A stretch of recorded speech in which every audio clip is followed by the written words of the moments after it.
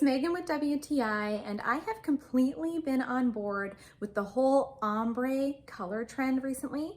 But you know what? That color trend is not only for fingernails, and I have found that out now with these Central Park Home ombre curtains. For me personally, when it comes to curtains, I don't want colors or patterns that are too much in your face. These curtains are really classy and have that understated beauty. The charcoal gray ombre color is really striking. The fabric is this great thick texture that has this awesome weight to it that hangs really well. For times when I want to keep the light out, the blackout backing on the back of these curtains is super effective.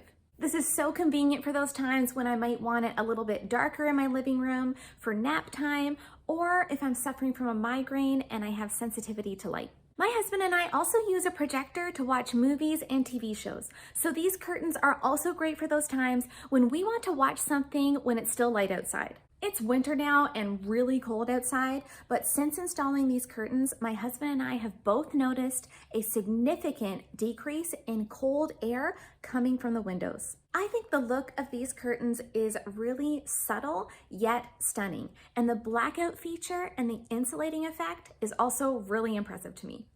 And that's my point of view.